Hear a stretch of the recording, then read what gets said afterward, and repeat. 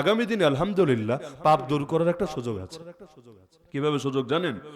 সংবিধানটা আমার জন্য এই দেশে যত ফ্যাসিবাদের উত্থান বলেন, এই বলেন, যা বলেন, আমি মনে করি ওই সবগুলোর শিকড় ছিল এই সংবিধান, এই ৭২ সংবিধান, যেটা হালকা পাতলা সংশোধন হয়েছে, বহুবার হয়েছে, একবার দুবার না, ১৬-১৭ বার হয়েছে। কিন্তু মূলেই যদি ঝামেলা থাকে, ওই হালকা উপর দিয়ে চিরুনি টিরুনি করে দিলে কি হবে, যতক্ষণ মূল ঠিক না হবে। তা আগামীতে যে সংসদ হবে, ওই সংসদের কাজ কিন্তু আগের মতো না, খালি রাস্তাঘাট বানানোর কিছু বিল টিল উত্থাপন করলাম, কিছু দুই একটা আইন কানুন সংশোধন করলাম, বরঞ্চ আমার ভালো লেগেছে সংবিধানটাও নতুন করে প্রণয়ন হবে। এমনকি বিষ তো এমন ভাবে ঢুকেছে, বিষের মধ্যেও বিষ ঢুকেছে, মানে বিষ খাওয়া মানুষ মরে না। মাঝখানে একটা শুনলাম এক লোক বিষ খেয়েছে মরার জন্য, ওর আর ভাল লাগে না, দুনিয়ায় মরে যাবে। তো বিষ খাওয়ার পর অপেক্ষায় কিরা আজরাইল আসে না কেন? 2 মিনিট গেল এখনো আসে না, 5 মিনিট গেল এখনো আসে না। আজরাইলের তো নাম্বারও নাই যে কল বা মিস কল দিয়ে তাড়াতাড়ি আসতে বলবে। আসে না তো আসেই না, সে পেরেশান। লাস্টে মেডিকেল গিয়েছে, চেক টেক করেছে, এখন টেস্ট মেস করে দেখে, হায় রে, সে যেটাকে বিষ ভেবে খেয়েছে, কিনেছে বিষ হিসাবে ঠিক আছে, কিন্তু এটা 2 নাম্বার বিষ, এটাতে কাজ হবে না। ওই বিষ খায়ও মানুষ মরতে পারছে না, মানে ভেজাল ঢুকতে ঢুকতে ওই বিষের মধ্যে পর্যন্ত ভেজাল ঢুকেছে, এটা দিয়ে পর্যন্ত মানুষ মারতে পারবে না। আল্লাহ হেফাজত করুক আমাদেরকে। সুতরাং ইসলামের শিক্ষাই প্রকৃত স্বাধীনতার শিক্ষা। যতদিন কাফের মুশরিকদের গোলামি না ছাড়বেন, এক আল্লাহর গোলামি কবুল না করবেন, দুনিয়ায় শান্তি পাবেন না ভাই। রাস্তা হলেই শান্তি আসে না, ব্রিজ হলেই শান্তি আসে না। আল্লাহ যদি আসমান থেকে শান্তির ধারা বন্ধ করে দেন, জমিন থেকে শান্তির ধারা বন্ধ করে দেন, গোটা দুনিয়ায় যতই বিল্ডিং টিল্ডিং উন্নত হোক, শান্তির দেখা কখনো পাবেন না। বহু কোটিপতি অশান্তি আছে নাকি নাই? আর বহু ফুটোপতি, ফুটোপতি বুঝেন কিছুই নাই তার, ওই রকম বহু লোক আলহামদুলিল্লাহ এমন শান্তিতে আছে। যেমন বাংলাদেশে হুজুররা হলো সবচাইতে ফকির শ্রেণী, বাস্তবতা যেটা, বলতে দ্বিধা নাই। সবচাইতে অভাবে যারা আছে, এমনকি রিক্সাওয়ালার ইনকামও বহু হুজুরের চাইতে বেশি। এক একটা রিক্সাওয়ালার ইনকাম খারাপ না, অটোওয়ালা সিএনজিওয়ালার ইনকাম খারাপ না, অথচ গ্রামে গঞ্জে যান, ইমামের বেতন এখনো 5,000, 4,000, 3,000 আছে। আর মুয়াজ্জিনের বেতন আর কি, আর ওইটা নাই বললাম। আর বাকিদের তো মাশাআল্লাহ এভাবে চলছে, তাও বেতন যা ধরে ধরে, বাকি থাকে কয় মাসের, ওটা শুনলে তো মাথা ঘুরবে। বাকি থাকে কয় মাসের, এই পরিমাণ নির্যাতন চলে তাদের উপরে। কিন্তু আলহামদুলিল্লাহ এমন হুজুর কমই আছে। আপনি যদি জিজ্ঞেস করেন কেমন আছেন, বলবেন আল্লাহ খুব খারাপ রাখছে। এমন হুজুর নাই বললেই চলে। আলহামদুলিল্লাহ আলা কুল্লি হাল, এই জবাবটাই শুনবেন। কারণ দুনিয়া আর্থিক লাইনে হয়তো বহুত পিছায় আছে, কিন্তু আর কিছু হোক না হোক আমার আল্লাহ দিলের মধ্যে শান্তি দিয়ে দিয়েছে। এজন্য দেখবেন হুজুরদের ঘরে বাচ্চা কাচ্চাও বেশ ভালোই মাশাআল্লাহ, তাই না? 2টি সন্তানের বেশি নয়, একটি হলে ভালো হয়। এগুলো গ্রামের হুজুররা এখনো গেলে নাই, নিজে খেতে পারছে না, কিন্তু ওই লাইনে বিশ্বাস নাই।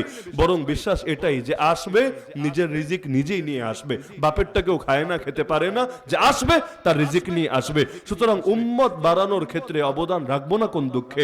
কিয়ামতের দিন উম্মত বাড়লে নবী গর্ব করবে। এজন্য দেখবেন গ্রামের মানুষের মধ্যে বাচ্চা কাচ্চা নেওয়ার প্রবণতা বেশি শহরের মানুষদের চাইতে। শিক্ষিতদের চাইতে যারা কম শিক্ষিত তাদের মধ্যে প্রবণতা বেশি, কারণ আল্লাহর উপর তাদের ভক্তি, তাদের শ্রদ্ধা, তাদের আস্থা বেশি আছে।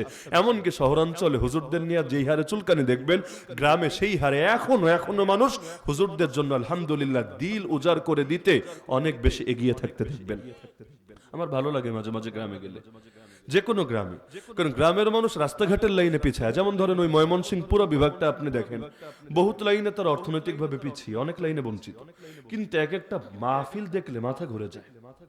আর মাহফিলে উঠায় কখন? আপনার তো মাহফিলে আমি উঠবো 8টা, 9টা, 10টায়, তাও 11টা বাজলে মানুষ ক্লান্ত হয়ে যাবে। আর ওইখানে রাত 2টা, 3টা, 1:30টা টাইমই দেয় এমন।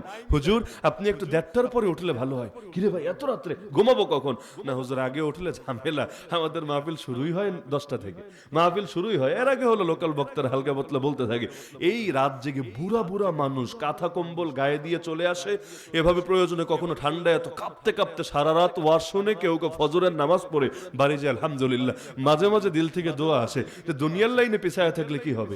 কাজ করতে করতে আপনি ফ্যাটি মানুষও খুব বেশি দেখি না, ফ্যাটি বুঝেন মানে চর্বি টর্বি হয়েছি, মোটা মোটা প্যাট, এমনও খুব বেশি দেখি না। কাজ করতে করতে শরীরের অবস্থা টাইট, কিন্তু আলহামদুলিল্লাহ আলেমরা ডাক দিতে দেরি, জান প্রাণ উজাড় করে মাঠে নেমে আসতে দেরি না। এমনকি আমি নিজেও তো কাজ করছি এখন একদম গ্রামাঞ্চলে, সিলেটের সবচাইতে অবহেলিত এলাকা, সীমান্তবর্তী এলাকা যেখানে আমি এখন কাজ করছি, সে গোয়েনঘাট, কোম্পানিগঞ্জ, জৈন্তা। দুনিয়ার লাইনে এত পিছায়, এই যুগে যুগেও যদি আপনি রাস্তা দেখেন, রাস্তা, ব্যাস আপনার প্রাণ তৃপ্ত হয়ে যাবে। বাংলাদেশ কি সিঙ্গাপুর হয়েছে নাকি 100 বছর পিছিয়ে আছে? খালি রাস্তা দেখলেই হবে। কোন ড্রাইভাররা যদি গাড়িও ঠিক করি, আর খালি শুনে গোয়েনঘাট যাবেন, ভাড়া 3 গুণ বাড়ায় সঙ্গে সঙ্গে। কারণ আমার গাড়ি নিয়েও যাওয়া যায় না, 10 বার নামা লাগে, বারবার বেজে যায় নিচে, এই এমন এমন এমন এমন, মানে পুকুরে একবার ওঠার মতো আর একবার নামার মতো। কিন্তু আলহামদুলিল্লাহ আলেমদের জন্য এত মহব্বত তাদের দিলে, এত মহব্বত, সুবহানাল্লাহ, পারলে যেন কলিজাটা খুলে হাজির করে দেয়। এমনকি হরিপুর একটা এলাকা আছে, এখন কেউ যদি জাফলং যান কখনো ঘুরতে, ওই এলাকার উপর দিয়ে যাবেন। সেই এলাকায় আমার কথা সন্দেহ হলে নেমে একদিন নিজেরা জিজ্ঞেস করেন। আজকে দুপুরে আমি সেখানে ছিলাম। সেই এলাকার বৈশিষ্ট্য হলো, বাজারের মধ্যে বা সেই অঞ্চলের মধ্যে কেউ গান বাজনা করবে প্রকাশ্যে, বক্স বাজাবে, অথবা কেউ পিকনিকে যাওয়ার সময় ওই এলাকার উপর দিয়ে ট্রাকে হোক বাসে হোক বক্স বাজায় বাজায় যাবে। আজকের এই যুগেও কেউ কল্পনাও করতে পারবে না।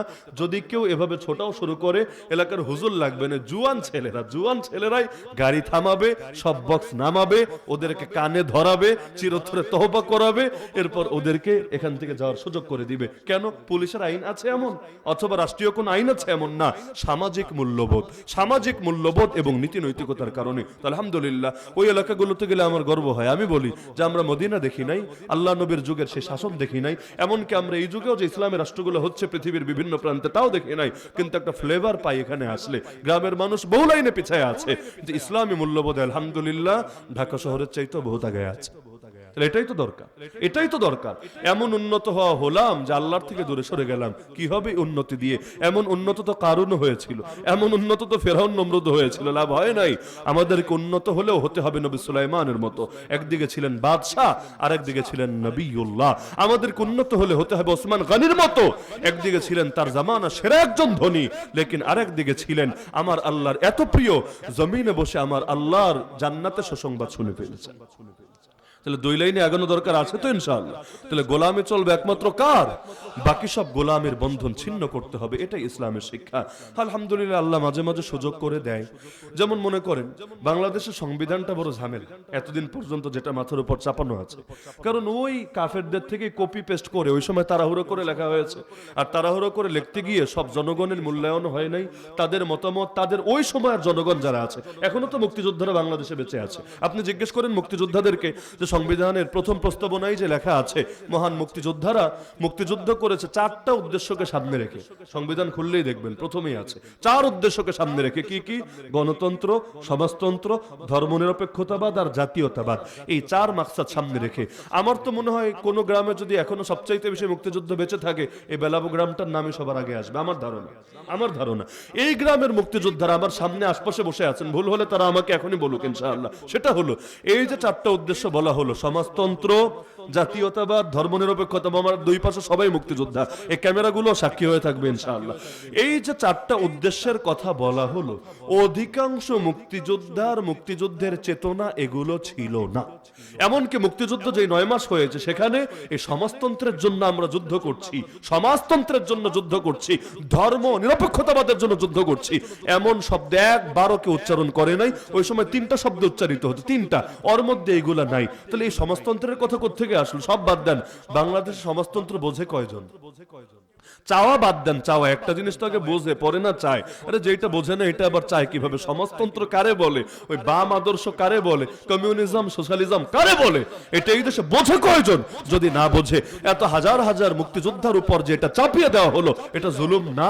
এমনকি ধর্মনিরপেক্ষতাবাদ মানে রাষ্ট্রকে, অর্থনীতি, রাজনীতি, বিচার আচার, আইন কানুনকে ধর্মের আওতা থেকে মুক্ত রাখা, এমনকি শিক্ষা ব্যবস্থা এগুলোকেও ধর্মের আওতা থেকে মুক্ত রাখা, ধর্মরে ম্যানকে চিপায় রেখে দেওয়া, মানে মাদ্রাসা, মাহফিল এবং তাবলিগ, মার্কাজ, এই কয়েকটা জায়গায় ধর্মরে একদম ঠাইসা ধরে রাখা, এর বাইরে ধর্মরে আর স্পেস না দেওয়া। এই মাকসাদ নিয়ে কয়জন যুদ্ধ করেছে? বরং অধিকাংশ মুক্তিযোদ্ধা যুদ্ধ শুরুও করেছে আল্লাহর নাম নিয়ে, বিপদে পড়লো নামাজ পড়ে সাহায্য চেয়েছে আল্লাহর কাছে, জীবনের সব ক্ষেত্রে আল্লাহকে আঁকড়ে ধরেই তারা বাঁচতে চেয়েছে, মরার সময় আল্লাহর নাম নিয়েই তারা মরতে চেয়েছে।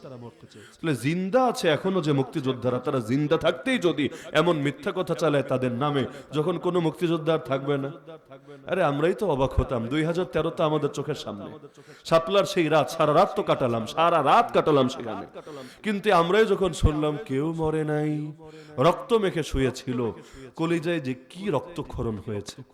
দুদিন পর হয়তো বলবে কোন হুজুর কখনো জেল খাটে নাই, হুজুরদের উপর কি হয়েছে, এগুলো নাটক করে কিছুদিন লুকিয়ে থেকেছে। নাউজুবিল্লাহ, এমন দাবি যদি করে অবস্থাটা কি হবে? নাউজুবিল্লাহ মিন যালিক, আল্লাহ হেফাজত করে এগুলোকে। চোখে দেখা জিনিস অস্বীকার করবো কিভাবে? এই যে এখনো কোন ফাজিল মাঝে মাঝে বলতে চায় জুলাই আন্দোলন কেন হয়েছে?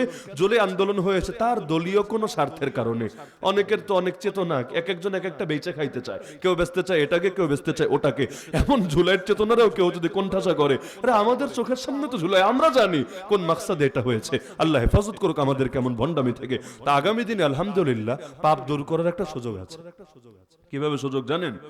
সংবিধানটা আমার জন্য এই দেশে যত ফ্যাসিবাদের উত্থান বলেন, এই বলেন, যা বলেন, আমি মনে করি ওই সবগুলোর শিকড় ছিল এই সংবিধান, এই ৭২ সংবিধান, যেটা হালকা পাতলা সংশোধন হয়েছে, বহুবার হয়েছে, একবার দুবার না ১৬-১৭ বার হয়েছে।